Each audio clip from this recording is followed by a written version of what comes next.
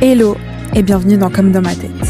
Moi c'est Inès et je suis passionnée de culture, d'art, de mode, de cinéma, de musique et d'encore tout plein de choses. Alors je vous avoue qu'avec tout ça, c'est un sacré bordel dans ma tête. Ici, on parle de plein de sujets mêlant différents domaines, différents thèmes et différentes personnalités. Alors j'espère que ça vous plaira et je vous souhaite une bonne écoute. Hello Fanny. Coucou. Je suis trop contente de t'avoir comme première invitée sur ce podcast. Bah c'est moi trop aussi, chouette. trop contente. Merci beaucoup d'avoir accepté. Merci à toi. Déjà, est-ce que tu peux te présenter pour les personnes qui te connaissent pas? Yes, alors moi, là récemment j'ai été répétitrice à la Star Academy et avant ça, j'ai depuis 10-13 ans, je joue dans des comédies musicales, donc je suis vraiment chanteuse comédienne et en parallèle de ça, je fais du coaching vocal, des cours particuliers ou des interventions dans des écoles de comédie musicale, des masterclass, etc. Polyvalente. Ouais. Mais du coup, toi, t'as grandi en Ardèche. Exactement. Comment ça s'est passé un peu ton enfance là-bas? Trop bien. C'est incroyable d'avoir, je me souviens faire du vélo dans mon quartier sans problème, d'avoir les mêmes copains, sur toute ma primaire, maternelle, collège, puis ces petits villages où tout le monde se connaît et tout. Donc, c'était vraiment super agréable et beaucoup d'activités d'extérieur. Enfin, vraiment. Puis j'ai une famille incroyable, donc vraiment j'ai que des super souvenirs de là-bas. Non, c'est trop bien. chouette. Et du coup, là-bas, t'as fait 10 ans en école de danse, si je dis pas de bêtises. Ouais, exactement. Et comment t'as réussi à mélanger ta vie perso avec l'école de danse En fait, c'était donc j'allais au collège, lycée et tout normal. Et en fait, la danse c'était le mercredi après-midi. J'y allais le lundi soir et le vendredi soir. Et du coup, en tout, ça faisait pas mal d'heures dans la semaine parce que le mercredi j'y allais vraiment toute l'après-midi. Je faisais des stages les week-ends et tout, mais c'était toujours en dehors des heures de cours, quoi. Ouais. Mais c'est vrai que j'y allais beaucoup. Après, je savais pas du tout à cette époque-là que j'allais en faire mon métier, donc c'était vraiment parce que j'adorais que mes parents me laissaient y aller, quoi. Mais ouais, c'était vraiment en dehors des cours, donc c'était cool. T'arrivais à avoir tes potes et tout quand même à côté? Alors j'avoue, déjà au fin fond de l'Ardèche, il y a pas grand-chose à faire, mais en plus, moi en fait mes copines, elles allaient aussi à la danse. Oh, ok. Donc au final, c'était aussi des moments avec elles. Et puis quand, moi, je sortais pas beaucoup en fait. Enfin, j'étais soit chez moi, soit à la danse. Mais ouais, j'avais mes copines à la danse de toute façon, donc c'était trop bien. Ok, trop bien. Et t'es montée sur Paris à quel âge après? J'avais 18 ans. Ouais, j'avais 18 ans quand je suis montée. Et t'as senti un décalage entre l'Ardèche et Paris?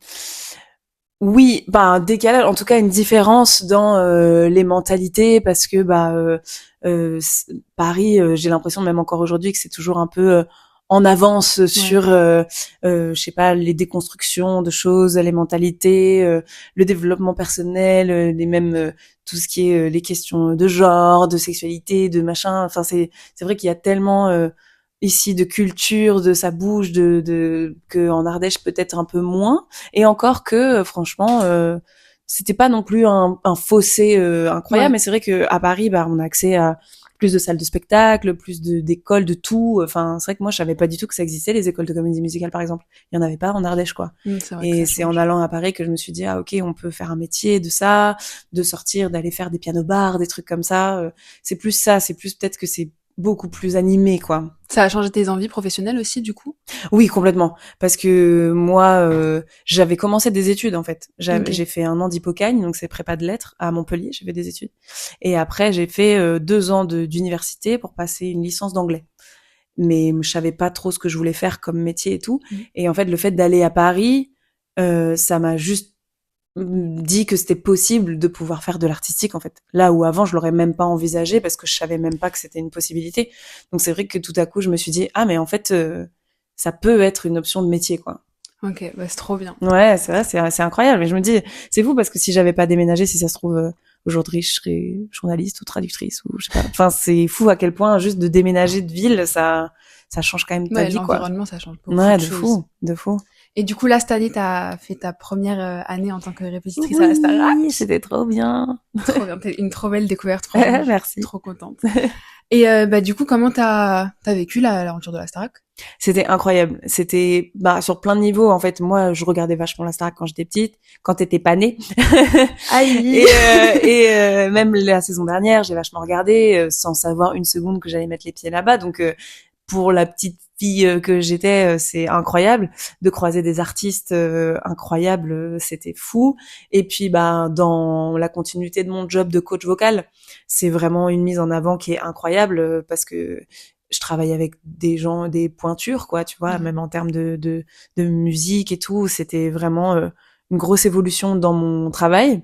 Et puis d'être médiatisée autant, c'est toujours par exemple mes parents sont hyper fiers, tu vois. Enfin c'est quand même aussi une grosse reconnaissance du milieu. Donc sur plein de points, ça a été vraiment incroyable. Et puis j'adore mon job et de pouvoir le faire dans ces conditions avec des artistes comme les élèves qu'on a eu cette promo et de pouvoir faire que ça pendant 3 mois tous les jours dans ces conditions-là, c'était vraiment des conditions de travail incroyables, quoi. Mais du coup, toi qui regardais la Starac quand t'étais plus petite, est-ce que t'as eu envie de participer à l'aventure en tant que candidate? En fait, je me suis jamais posé la question. Ouais. Pour toutes les raisons qu'on s'est dit avant, mais déjà j'ai chanté assez tard. J'ai beaucoup fait de la danse au début, mais c'est vrai que chez moi ça a toujours chanté. Mes parents ils chantent, mon père il joue de la guitare et tout, mais j'ai commencé à chanter vraiment en arrivant à Paris en fait.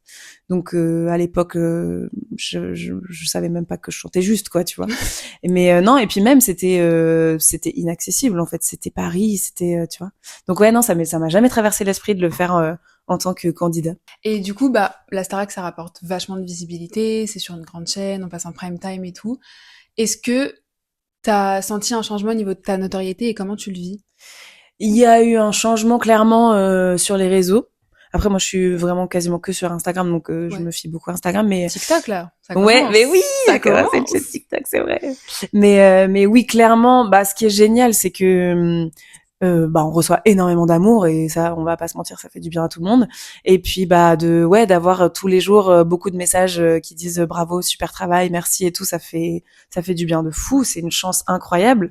Après, il y a aussi l'autre côté des réseaux qui est que on est très exposé, donc tout à coup en fait.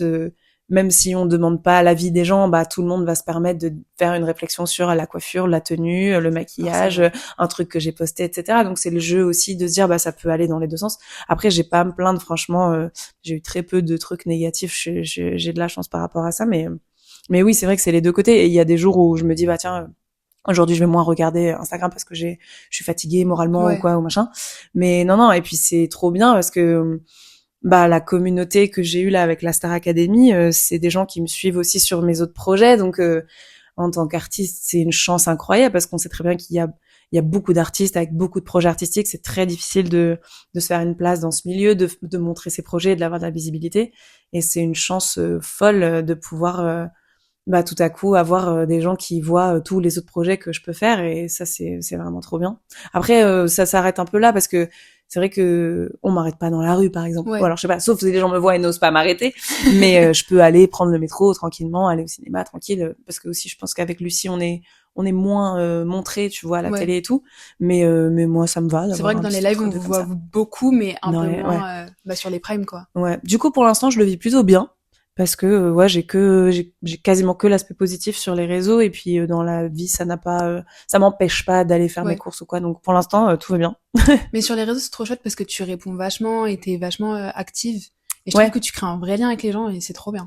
J'essaye toujours de trouver l'équilibre aussi, parce que je sais que parfois il y a des gens qui s'accrochent beaucoup, tu vois, si je commence à répondre ils vont me renvoyer plein de messages et tout ça, mais j'essaye de répondre, parce que ça m'est déjà arrivé aussi moi d'envoyer des messages à des artistes et de me dire j'aimerais bien juste au moins qu'il like le message pour voir s'il l'a vu, tu vois.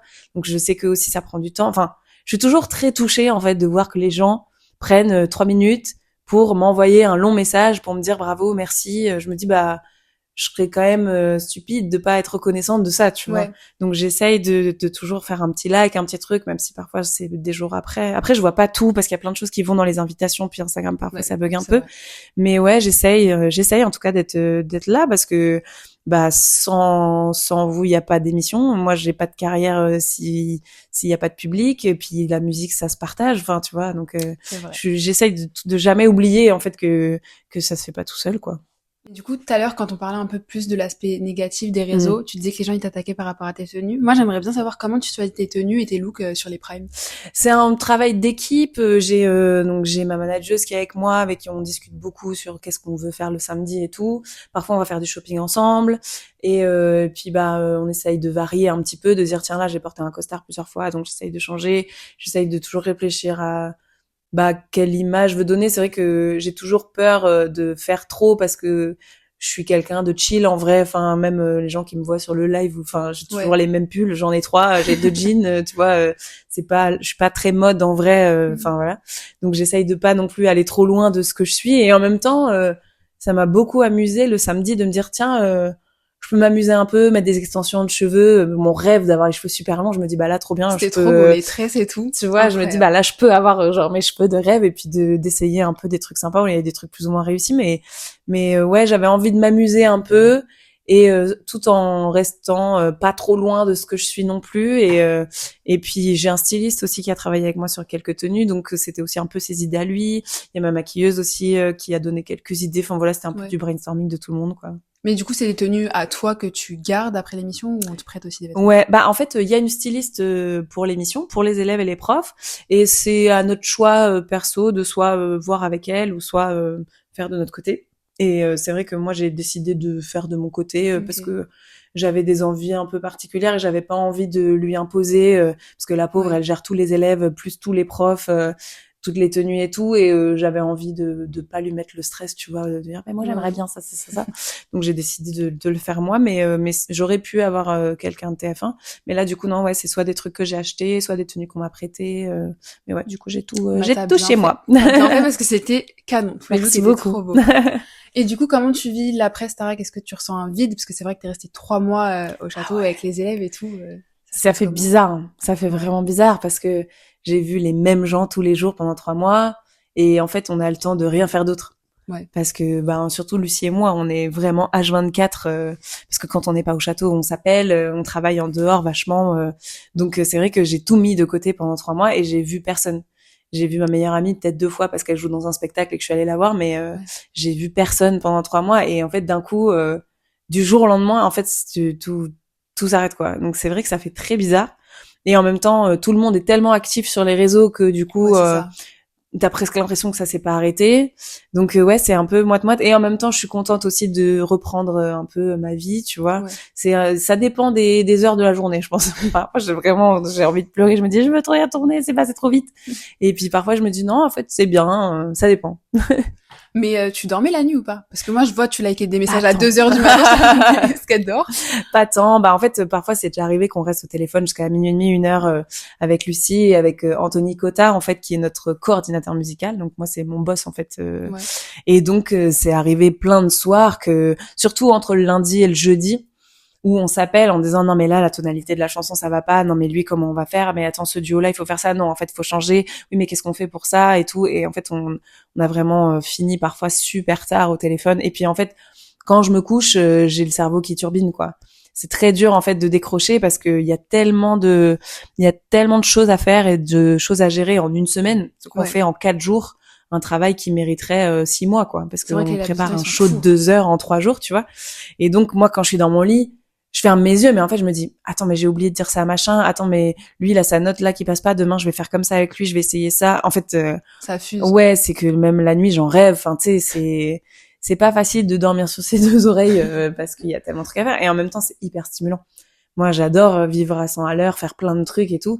Donc là, j'étais servie, quoi. J'allais en parler. Ah ben voilà. Du coup, là, on va y venir juste après, mais tu repars en tournée pour une comédie musicale en mars. Yes. Est-ce que t'es quelqu'un qui a peur je dirais pas du vide, mais t'as peur des pauses et de prendre des coupures dans ton travail? Je pense un peu. En vrai. Je pense que je suis un peu dans le déni par rapport à ça, mais je pense que oui. En fait, c'est pas facile parce que le milieu artistique, donc moi, je suis sortie de l'école en 2013, donc ça fait quand même maintenant 12 ans. Et en fait, au début, t'es obligé de faire plein de trucs parce qu'il y a pas beaucoup de place, et donc tu dis oui à tout, tu postules à tous les castings, tu fais des trucs pas payés, tu t'en fous, et là le plus important c'est de faire un max de projets pour rencontrer un max de gens, pour prendre de l'expérience, pour être sur scène, etc. Donc en fait les 5 premières années j'ai vraiment je me suis mis dans un mindset comme ça de me dire ok, en fait tu te mets à fond dans ta carrière pour que ça marche, et donc tu fais tout, tu vas prendre des cours et tout ça, et j'avais vraiment l'impression que si je faisais pas ça, ça n'allait pas marcher. Et en fait comme ça a marché, après, il y a une deuxième étape où je me suis dit, ça marche parce que je fais ça. Donc, si j'arrête de faire ça, ça va plus marcher. Donc, en fait, je me suis mis dans un truc comme ça de me dire que plus je faisais de trucs et plus j'allais acquérir de l'expérience et plus j'allais rencontrer des gens et plus ça allait fonctionner et plus j'allais pouvoir travailler et vivre de ma passion, tu vois. Et en fait, il y a eu vraiment quelques années où je me suis dit, peut-être que là c'est bon, tu sais, que genre je pourrais calmer un peu le truc. Puis le fait d'avoir aussi moi j'ai quelqu'un dans ma vie, tu vois, avec qui je vis, donc ça donne aussi envie un peu de lever le pied, tu vois, et tout. Donc j'apprends là à me dire OK, peut-être que je suis pas obligée de faire 1000 trucs tout le temps, mais ouais, j'ai toujours un peu vécu comme ça, mais je sais pas si c'est ma personnalité un peu, je pense, ou si c'est juste que ça s'est fait comme ça et que c'est resté comme ça, quoi. Non, mais je comprends, je pense que je suis un peu pareil que toi.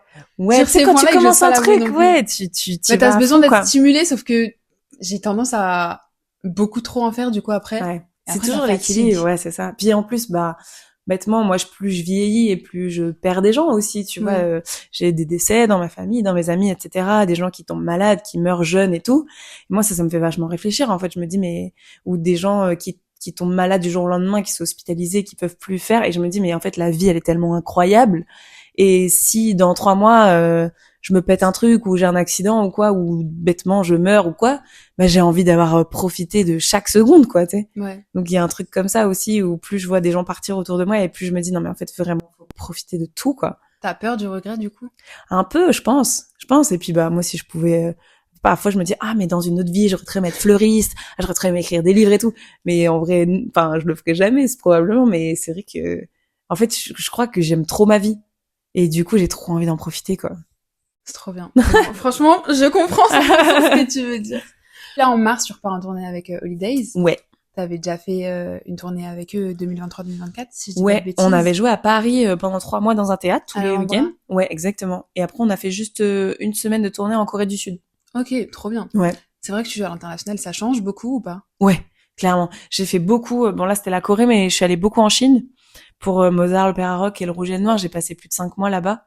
Et c'est une autre mentalité parce que eux, par exemple, ils ont une vie très très très cadrée. Ouais. Ils vont au travail, ensuite ils rentrent chez eux, ils mangent, ils dorment, ils vont au travail, ils rentrent chez eux, ils mangent, ils dorment et tout. Ils ont une semaine de vacances par an et ils sont dans un état d'esprit qui est de pas de débordement émotionnel, d'être toujours très contrôlé, etc. Et en fait, quand ils vont au théâtre, du coup, ils vivent les émotions à 1000% parce que c'est le seul endroit presque où ils peuvent rire, pleurer, tu vois, vivre les trucs comme ça. Et je me souviens qu'ils venaient en costume et vraiment, ils faisaient que pleurer, rire super fort et tout. Ils ont vraiment un truc au théâtre, je lâche mes émotions, quoi. Ouais. Ce qu'on a moins en France, parce que les gens sont un peu, tu sais, tu te tiens bien, tu vas applaudir, machin. C'est rare d'avoir quelqu'un qui pleure et qui hurle de rire. Enfin, ça arrive, mais tu sais, c'est différent. Et c'est vrai que ça m'avait un peu marqué de me dire, waouh, ils sont tellement intenses. Enfin, ils vivent l'histoire à fond et tout. Mais ouais, c'était trop bien. Je pense que c'est peut-être une question d'habitude aussi. En France, on est vachement habitué à avoir accès à la culture un peu partout, mine de rien, alors que là-bas, c'est peut-être un peu plus restreint et donc ils en profitent plus, quoi. C'est vrai. Oui, que nous, on a l'habitude d'aller au théâtre, au spectacle, au cinéma et tout. Ouais, c'est vrai, ça. Est-ce que, là, tu repars avec Holidays, mais du coup, avant, t'as fait plein de comédies musicales, t'as fait Grease, t'as fait Résiste. Oui. Est-ce que c'est compliqué de se sortir des personnages après? Ça dépend. En fait, ça dépend combien de temps ça dure. Ouais. Et puis, j'ai, à part sur Holidays, mais j'ai joué que des personnages qui étaient super proches de moi. Que ce soit Sandy dans Grease, dans Mozart et tout, dans Résiste et tout ça, ça a toujours été des personnages qui étaient très proches de ma personnalité. Donc du coup, c'était cool de jouer ça. Puis j'ai pas eu besoin d'en sortir du coup parce que c'était vraiment moi. C'est vrai que là sur Holidays, quand ils m'ont appelé pour me proposer le rôle, donc Véronica, mon personnage s'appelle, et c'est vraiment l'opposé de moi. C'est une bitch à fond qui a que des punchlines hyper sarcastiques, qui regarde tout le monde de haut, qui porte des talons de 15 centimètres, enfin vraiment l'opposé de moi. Et j'ai dû faire un très gros travail de théâtre pour réussir à lui trouver une corporalité, à être crédible en fait là-dedans, parce que moi, je suis tout le temps en train de sourire, d'être gentille avec tout le monde et tout, alors que là c'est vraiment l'opposé. Et c'est vrai que pendant les répétitions, je sentais que quand je rentrais chez moi le soir, il me fallait un temps pour enlever ça parce que ça me demandait tellement de travail que du coup il y avait un petit temps où de me dire attends, là je peux redevenir la Fanny toute gentille que je suis, mais c'est vrai quand il y a des personnages comme ça qui sont très loin de nous, c'est un peu plus dur de s'en sortir. Ouais. Du coup, quand on te propose des rôles, t'as tendance à plus sélectionner des personnes qui sont proches de toi dans la vraie vie? Ça dépend, ça dépend. Déjà, je crois pas que ce soit arrivé beaucoup que j'ai tant de choix. Enfin, en général, j'ai vraiment un projet par un où je passe des auditions et tout. Et en fait, là, c'était la première fois qu'on me proposait un personnage qui était à l'opposé de moi. On m'a toujours casté on m'a toujours proposé en fait des rôles de jeune première de mon profil, quoi. Ok. Du coup, tu fais plein de choses. Oui. Tu fais du piano, de la Yes. danse, du chant, t'es coach. Ouais. Ça devient d'où ce côté artistique? En vrai, je pense que c'est mes parents qui m'ont inculqué ça. Alors eux, ils sont tous les deux. Ma mère, elle est prof de PS, puis mon papa est directeur de lycée, donc tu vois, il y a vraiment pas de carrière artistique dans ma famille. Mais mon père joue de la guitare et chez nous, il y a toujours eu de la chanson dans la voiture, la musique à fond, tout le monde chantait. Quand les amis venaient à la maison, mon père il sortait sa guitare, on a toujours, tu vois, chanté. Et mes parents m'ont toujours emmené pour mes anniversaires voir des comédies musicales en fait. Et donc j'ai eu, je pense, le goût de l'artistique hyper tôt. Ouais, je pense, j'ai toujours aimé les films musicaux et tout. Mais après, c'est vrai que même et encore, enfin, je fais encore plein d'autres trucs. Je fais de la compo, je fais des arrangements, donc c'est-à-dire mettre des instruments sur des trucs. Enfin, j'ai vraiment plein de trucs. Mais ça, je pense que ça va avec le côté je profitais quoi. Puis j'aime, en fait, j'adore apprendre des nouveaux trucs. Ouais. Je trouve ça incroyable de rien savoir sur un truc et de passer des semaines à juste apprendre, découvrir un truc que tu connais pas. Et du coup, régulièrement dans ma vie, parfois je me dis tiens, et si genre je commençais un nouveau truc parce que ça fait longtemps que j'ai pas fait un nouveau truc. Et du coup, je pense que c'est comme ça que je me retrouve à faire plein de trucs. Putain, je suis comme ça, sauf que moi je lâche. J'achète le matériel pour, après j'arrête. Après, faut se discipliner un peu pour s'y mettre quoi. Mais ouais, je pense que c'est ça. Et t'aimerais bien, toi, composer et écrire tes propres chansons? Ben écoute, j'adorais. En fait, c'est marrant parce que ça fait plusieurs années que je me pose la question parce que en soi, faire un album, je serais chaud de ouf parce que c'est trop bien d'avoir ses propres chansons. J'adore composer. Genre vraiment, c'est mon truc. Je compose pour d'autres artistes, je compose pour des comédies musicales, pour des films, etc. Donc ça, c'est trop bien. Mais c'est vrai que j'écris moins. Enfin, je me suis jamais, en tout cas, vraiment lancée dans l'écriture. Et en fait, le problème que j'ai, qui n'est pas un problème en vrai, mais pour l'instant, je saurais pas de quoi parler. Ouais, je comprends. Parce que j'ai pas, en vrai, c'est un peu débile de dire ça, mais j'ai rien à exorciser sur scène. Enfin, tu vois, je vois ma psy qui est super. Genre, tu sais, je ressens pas le besoin de cracher des trucs en chanson parce que je peux pas les dire ou parce que j'ai des trucs coincés. En fait, je crois que je vais trop bien pour faire des chansons. En vrai, c'est un peu nul de dire ça, mais tu vois, pour l'instant, j'ai rien où je me dis, oh, non, mais là, ça, si j'écris pas une chanson dessus, ça va me hanter toute ma vie. Enfin, tu sais, j'ai pas d'évidence encore je sais que le jour où je saurai ce que je veux dire, de quel sujet je veux parler, ce que je veux défendre sur scène et tout, parce que j'ai pas envie de faire un album, gratos, de juste avec des belles mélodies et des petits thèmes comme ça, tu vois. Si je fais un album, j'aimerais bien en profiter pour prendre la parole sur des trucs, tu vois, pas forcément des sujets hyper deep, mais me dire tiens, je prends pas la parole pour rien. Je vais dire ça, parler de mon vécu sur ça et ça. Donc tant que j'irai pas vraiment un truc fixe sur ça, je pense que je le ferai pas. Mais si ça se trouve, ça va arriver. Mais si tu le fais, ça te plairait genre de partir en tournée et tout, toute seule? Ouais, de fou. Avec des musiciens et tout, ouais, puis Putain, j'ai la vision là. Ah ouais, c'est vrai. Nickel, avec toutes mes tenues. Oh là là. Mais ouais, non, je kifferais trop. Et puis, de voir, quand tu réfléchis à une chanson, que tu écris, qu'il y a un thème qui te touche et tout, puis de voir 200 personnes être touchées avec toi, puis comprendre et chanter avec toi, c'est trop bien. Mais t'es faite pour la scène. On le voit à travers les comédies musicales et tout. C'est pour ça, j'attends tes concerts maintenant. Écoute, je note. Là, récemment, t'as participé au Nikon Festival. Oui. Avec un court-métrage. Yes. Où t'as écrit. Avec Camille Saya. Ouais, c'est ça. Et où tu joues aussi à la fin. Ouais, vite fait. Je fais un petit personnage. En fait, bêtement, pour des questions de planning. Parce qu'on a tourné pendant la Starac et que j'avais tellement peu de temps qu'on m'a écrit un perso qui nécessitait vraiment 2 heures de tournage, quoi. Mais est-ce que le cinéma, ça te tenterait, du coup? Grave.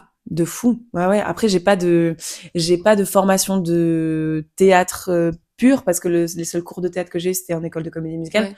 Et je sais que le milieu du cinéma est assez frileux d'embaucher des gens de comédie musicale pour jouer parce que c'est pas les mêmes codes de jeu. C'est vrai que la comédie musicale, c'est un peu plus caricatural, etc. De moins en moins, mais donc je sais que pour l'instant, j'ai pas le CV nécessaire, je pense, pour le faire, mais j'adorerais.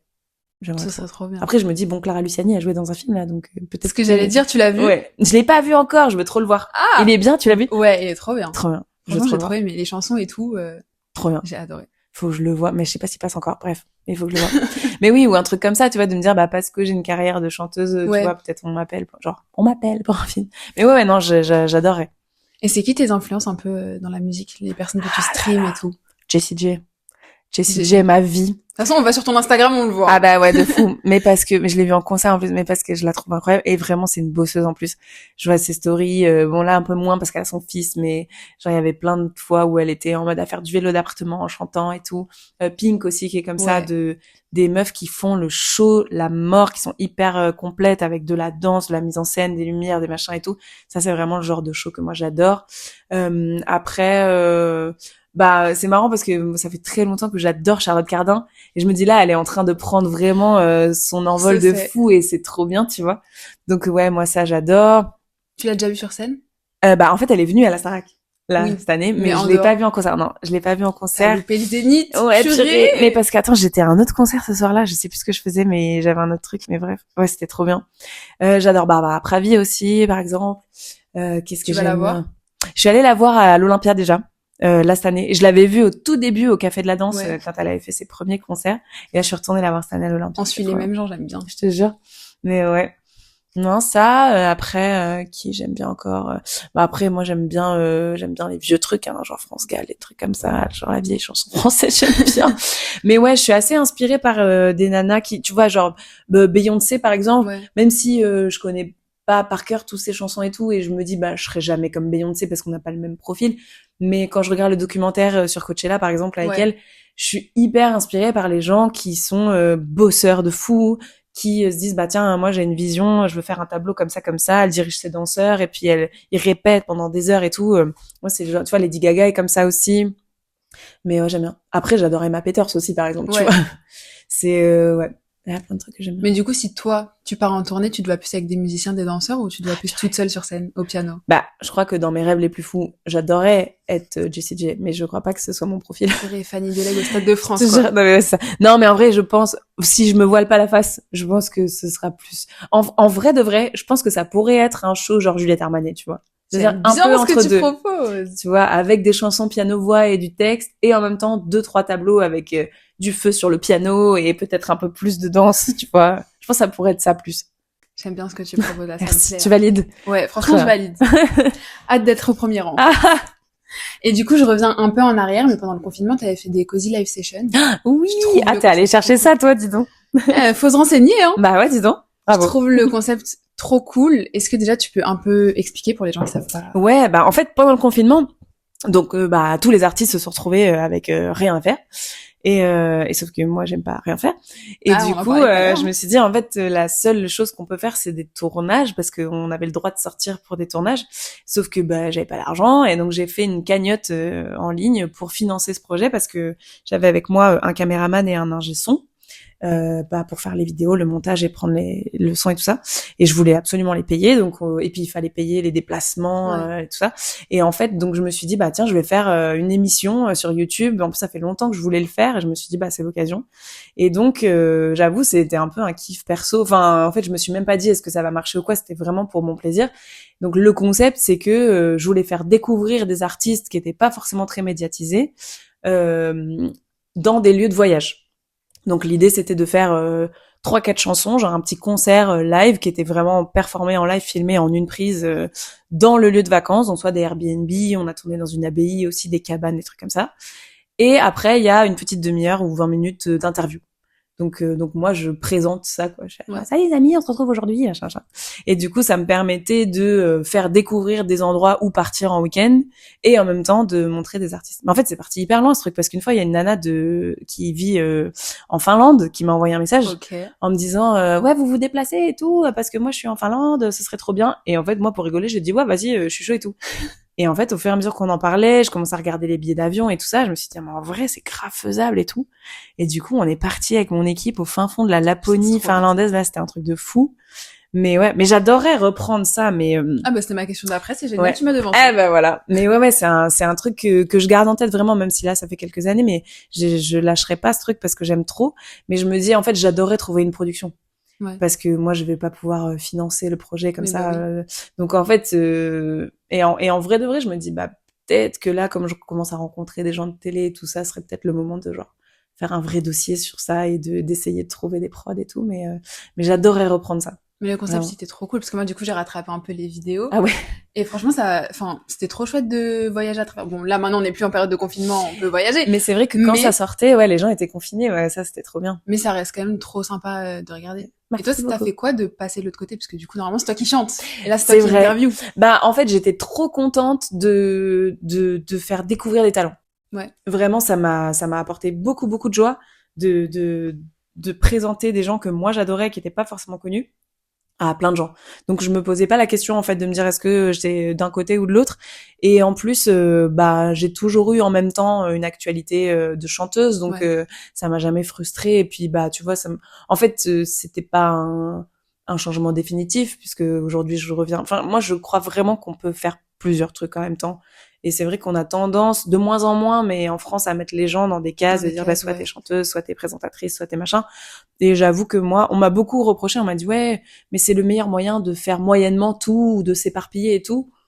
J'avoue, je m'en fous un peu. Enfin, moi, j'ai pas l'ambition d'être une virtuose dans tout ce que je fais, et j'ai pas envie d'être forcément la meilleure dans tous les domaines que j'approche, tu vois. Je me dis, j'ai juste envie de kiffer, et ça m'a fait kiffer à fond, quoi. Et ouais, vraiment, je me suis pas posé cette question. J'étais juste trop contente de présenter des gens et de réaliser aussi, c'était cool. De choisir les plans, de choisir les décors, c'était aussi une forme d'expression artistique de faire le montage et tout ça. De côté de la caméra et tout. Ouais, exactement. Je faisais la réal, j'étais avec le monteur pendant le montage pour faire. Donc ouais, c'était aussi hyper intéressant de faire ça, quoi. Mais du coup, tu touches à tout et je trouve ça trop chouette. Enfin, t'as un discours que je trouve vachement positif et qui donne grave de l'espoir. Ah bah let's go multitâche, hein. J'aime bien. Et du coup, si t'avais pu inviter la personne de ton choix parmi tous les artistes. Pourquoi c'est la session? Ouais. Jessie J. Je me doutais de la réponse. Ouais. Mais tu sais, ce qui s'est passé, c'est très drôle parce que Barbara Pravi, par exemple, que j'avais vue dans Un été 44, c'était une comédie musicale qu'elle avait faite, mais au tout début, elle était pas du tout connue. Et je l'avais adorée dans ce show. Et en fait, j'avais une amie qui jouait avec elle dans ce spectacle. Donc, on avait bu un verre vite fait. Et après, je lui avais envoyé un message sur Insta en lui parlant des Cozy Live Sessions. Et j'avais dit, meuf, ce serait trop bien. Parce qu'il y avait ces vieux EP au début, quand elle était pas connue, qui étaient déjà sortis, que moi j'adorais. Et donc, j'avais dit, ouais, j'adore tout ce que tu fais et tout. Et franchement, je lui disais, mais t'es pas assez mise en avant pour ce que tu fais. Et genre, j'aimerais trop, machin. Et elle m'avait dit, ouais, bah grave, pourquoi pas et tout. Et en fait, le temps qu'on s'organise, entre-temps, elle a percé de ouf et tout. Et après, j'en avais quand même reparlé avec sa manager. Elle m'avait dit, bah en fait, c'est un trop petit média. Enfin, maintenant, c'est trop tard, quoi, tu vois. Et puis moi, c'était pas mon concept non plus. Moi, je voulais vraiment faire mettre en avant des gens qu'on voyait pas, tu vois. Donc, ça n'allait plus avec mon concept, en vrai. Et donc, du coup, on n'a pas fait cette Cozy Live Session. Mais vraiment, à quelques mois près, on aurait pu avoir une Cozy Live Session avec Barbara Pravi. Barbara, si tu passes par là. Ouais, de vous. Mais aujourd'hui, non, je sais pas qui j'inviterais. Ah là là, bah, en vrai, je pense Juliette Armanet. Mais bon, elle est super connue. Ah, purée, faudrait que je trouve, bah, bon, connue, ça va aussi. Ouais, c'est vrai. Mais c'est vrai que ça, non, j'ai une de mes amies qui s'appelle Hélène, qui avait fait The Voice il y a quelques années. J'adore ce qu'elle fait. Elle fait des trucs un peu pin-up, rockabilly, mais moderne et tout. Bien. Et franchement, son dernier album, il est génial. Et je voudrais trop la voir. Mais t'écoutes de tout, toi, comme style musical. Ouais, j'adore. Je me ferme à rien. Je me dis, parfois, je suis sur Deezer, je me dis, bah, vas-y, fais-moi découvrir des trucs. Mais ouais, j'écoute un peu tout, j'aime bien. Non, mais c'est trop bien. Bah, merci. Bah, merci à toi. Je suis trop heureuse de faire ce podcast avec toi. Mais moi aussi, ça fait trop plaisir. C'était un plaisir. Merci. Merci à toi. Salut. Et voilà, ce premier épisode est fini. Merci d'avoir écouté. J'espère que ça vous aura plu. C'était une toute première pour moi. N'hésitez pas à me donner vos avis, vos conseils, vos recommandations et même des personnalités que vous aimeriez voir ici. En attendant, je vous laisse en description les réseaux de Fanny et moi. Et on se dit peut-être à bientôt pour un prochain épisode.